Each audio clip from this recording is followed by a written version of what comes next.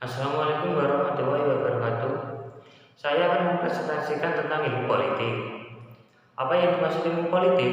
Ilmu politik adalah cabang ilmu sosial yang membahas teori dan praktek politik serta deskripsi dan analisis sistem politik dan perilaku politik. Ilmu ini berorientasi akademis, teori, dan riset. Ilmuwan politik mempelajari alokasi dan transfer kekuasaan dalam pembuatan keputusan, peran dan sistem pemerintahan termasuk pemerintahan dan organisasi internasional, perilaku politik dan kebijakan publik. Mereka mengukur keberhasilan pemerintahan dan kebijakan khusus dengan memeriksa berbagai faktor, termasuk stabilitas, keadilan, kesejahteraan material, dan kedamaian. Beberapa ilmuwan politik berupaya mengembangkan ilmu ini secara positif dengan melakukan analisis politik, sedangkan yang lain melakukan pengembangan secara normatif dengan membuat syarat kebijakan khusus. Ada tiga pendekatan dalam ilmu politik. Satu, pendekatan institusionalisme. Kedua, pendekatan perilaku. Dan ketiga, pilihan rasional. Serta pendekatan kelembagaan baru. Ketiga pendekatan ini memiliki cara pandang tersendiri dalam mengaji ilmu politik dan memiliki kritik terhadap pendekatan yang lain. Satu, pendekatan institusionalisme. Pendekatan institusionalisme atau kelembagaan mengacu pada negara berbagai faktor kajian utama. Setidaknya ada dua jenis atau pemisahan institusi negara, yakni negara demokratis yang berada pada titik pemerintahan yang baik. Kedua, negara otoriter yang berada pada titik pemerintahan yang jelek. Dan kemudian berkembang lagi dengan banyak variasi yang memiliki sebutan nama yang berbeda-beda. Namun, pada dasarnya jika dikaji secara krusial, struktur pemerintahan dari jenis-jenis institusi negara tersebut tetap akan berbagi lagi menjadi dua, yakni antara baik dan buruk.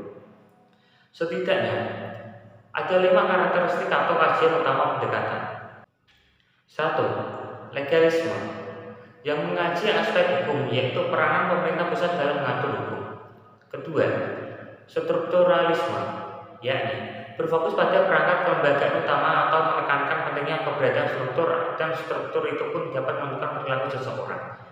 Holistik yang menekankan pada kajian sistem yang menyeluruh atau holistik alih-alih dalam memeriksa lembaga yang bersifat individu seperti legislatif. Keempat, sejarah yang menekankan pada analisisnya dalam aspek sejarah seperti kehidupan sosial, ekonomi, dan budaya.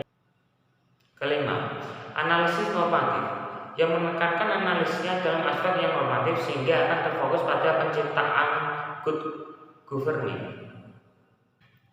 Kedua, pendekatan perilaku dan pilihan rasional. Salah satu pemikiran pokok dalam pendekatan perilaku adalah bahwa tidak ada gunanya membahas lembaga-lembaga formal karena pembahasan seperti itu tidak banyak memberikan informasi mengenai proses politik yang sebenarnya.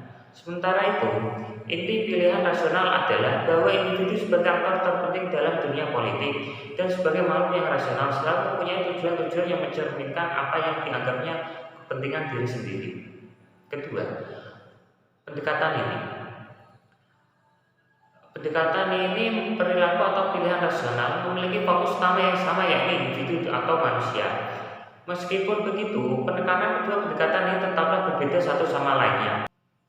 Adapun aspek yang ditekankan dalam pendekatan ini adalah 1. Menekankan pada teori dan metodologi. Dalam mengembangkan studi ilmu politik, teori berguna untuk menjelaskan berbagai fenomena dari keberagaman di dalam masyarakat. Kedua, menolak pendekatan normatif. Kaum behavioralis menolak hal-hal normatif yang dikasih dalam pendekatan institusionalisme karena pendekatan normatif dalam upaya menciptakan pemerintah yang baik itu bersifat bias.